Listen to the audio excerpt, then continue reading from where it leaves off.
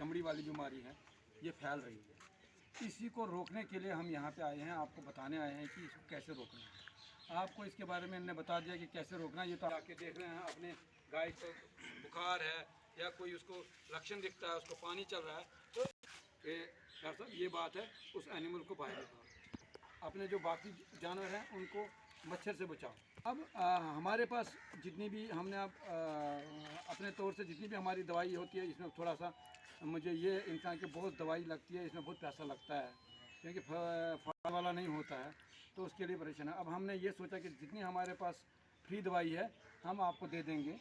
जिसका एनिमल बीमार है, जिसका एनिमल कोई है तो हम उनको दे देंगे और ये एक स्प्रे दे देंगे। हम अगर कहीं ट्रीटमेंट करनी हो तो डॉक्टर साहब से लेगा। जितनी भी हमारी जो भी दवाई आपको चाहिए, जिसमें जिस तरफ से उतना वहाँ पे वो लगा के किसकी दवाई की कितनी कीमत, ठीक है, देंगे। और आप अपना ज़्यादा से ज़्यादा सफाई रखें और ज़्यादा से ज़्यादा जो ही कोई प्रॉब्लम हो तो आप डॉक्टर साहब के पास पहुँच जाए, ठीक है। तो इसके साथ ही मैं आपको अब ज़्यादा बोलने की ज़रूरत नहीं है कि यहाँ पे अच्छा काम है। अगर कोई भी यहाँ से ट्रांसफ़र होगा तो ये यहाँ से ट्रांसफ़र नहीं होगा। हाँ, बस यही बात। अगर आपको वहाँ से कोई दवाई मिलती है, पैसे की मिलती है, जो हमारी आधी रेट पे है, ये आधी कोई दवाई 30 रुपए की है, वो आपको मिलेगी 15 रुपए की, 7 रुपए की, कुछ ऐसे 25%, यानी 100 रुपए में 25 रुपए आपको दे गए। सारे इन्फेक्ट हुई है, कोई बचे दा नहीं है।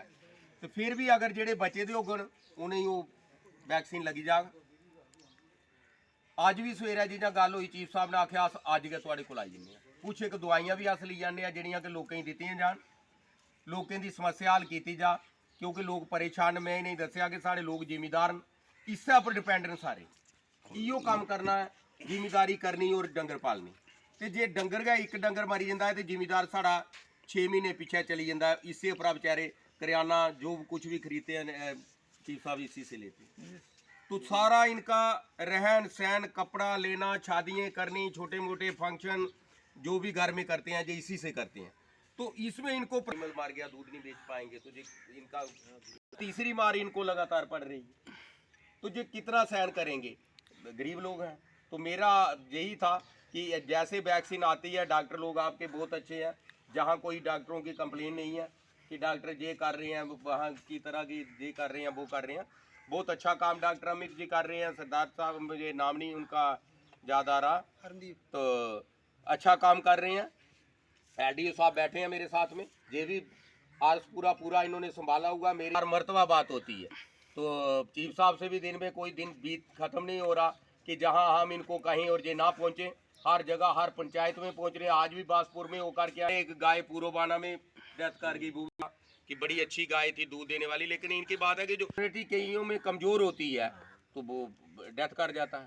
तो ये अभी जहाँ तक भी हो सके आपका बड़ा सहयोग सबको मिल रहा है।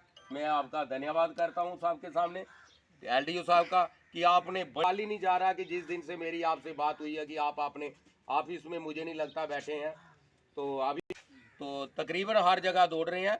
जिसको जहाँ ज़रूरत पड़ती है मैं आपके पास हूँ। 24 घंटे आप मेरे पास आ सकते हैं। मैं चीफ साहब से बात करूँगा, अमित जी से बात करूँगा, LDO साहब से बात करूँगा। साहब के नंबर मेरे पास है। आपको दिक्कत पड़ती है हम आपके साथ हुए। मैं अपनी वाणी को यही विराम दें। ठीक है सर। चेयरमैन साहब,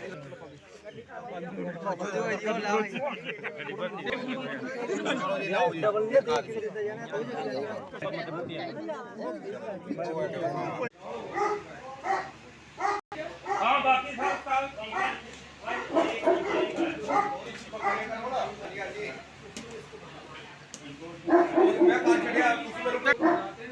ठीक है ना, ये फोटो कर दे।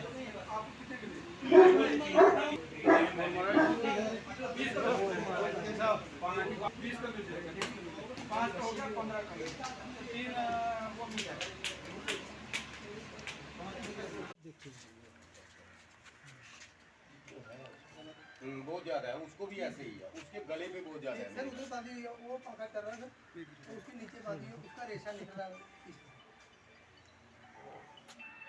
जो मेरे पास घर पे गाय है ना, ये उसकी पोती है, नहीं बाज पाई ना, अभी कितना दूध देती है ये? देती है इसमें? बच्ची को भी हो गया सर, ये देखो बच्ची को। देती है?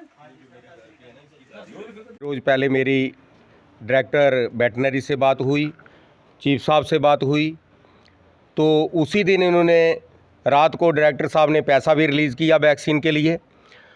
तो वैक्सीन जो है गुजरात से आएगी।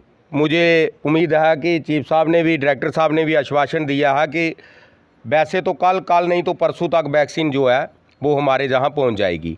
उसके अलावा मेरे साथ एलडीओ साहब खड़े हैं, ये भी पूरा प्रयास कर रहे हैं। और उसी के दूसरे दिन, जिस दिन मेरी बात हुई चीफ साहब से और डायरेक्टर साहब से, दूसरे दिन ही हमने पूरे बॉर्डर का दौरा साथ मिल कर के रखा था।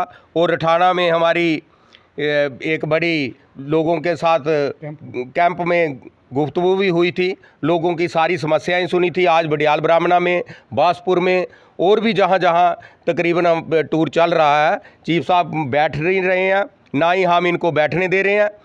सारे डॉक्टर साहब भी लगे हुए हैं, एलडीओ साहब भी पूरी मेहनत कर रहे हैं। और इसी तरह से ये चलते चलते मैं अपने किसान भाइयों को, जितने भी हमारे फार्मर हैं, साहब को ये आश्वासन देता हूं कि जहां किसी को किसी तरफ के से भी कोई परेशानी आती है, तो इसमें जैसे बताया चीफ साहब ने कि ये बीमारी जो है 40 साल पहले आई थी, डेथ रेट इसका बहुत कम है, लेकिन फिर भी जब एनिमल कोई बीमार हो जाता है तो हमारे किसान इसी पर निर्भर हैं।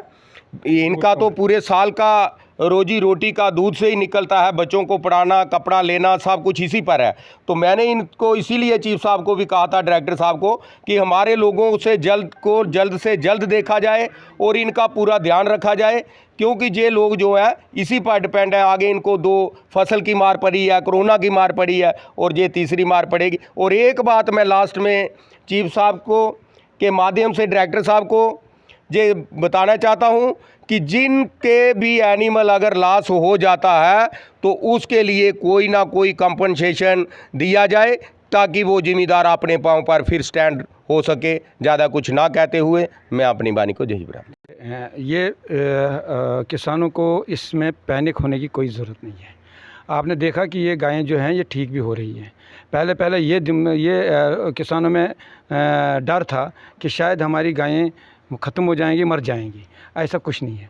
लेकिन इसमें हम आपको बार बार आपने देखा, मैंने आज पूरे आरएसपुरा का टूर किया, हर जगह गया हूँ मैं, तो मैंने लोगों को बता दिया है कि फ़िक्र करने की कोई ज़रूरत नहीं है। आप इसकी ट्रीटमेंट, अगर जितने एनिमल आपके बच गए हैं उनको बचाना है, और जो ऑलरेडी अफेक्टेड हैं तो उनको ट्रीटमेंट करनी है। तो वो हमारे लोग कर रहे हैं। जहाँ भी कोई आपको कोई प्रॉब्लम हो तो हमें बता दीजिएगा।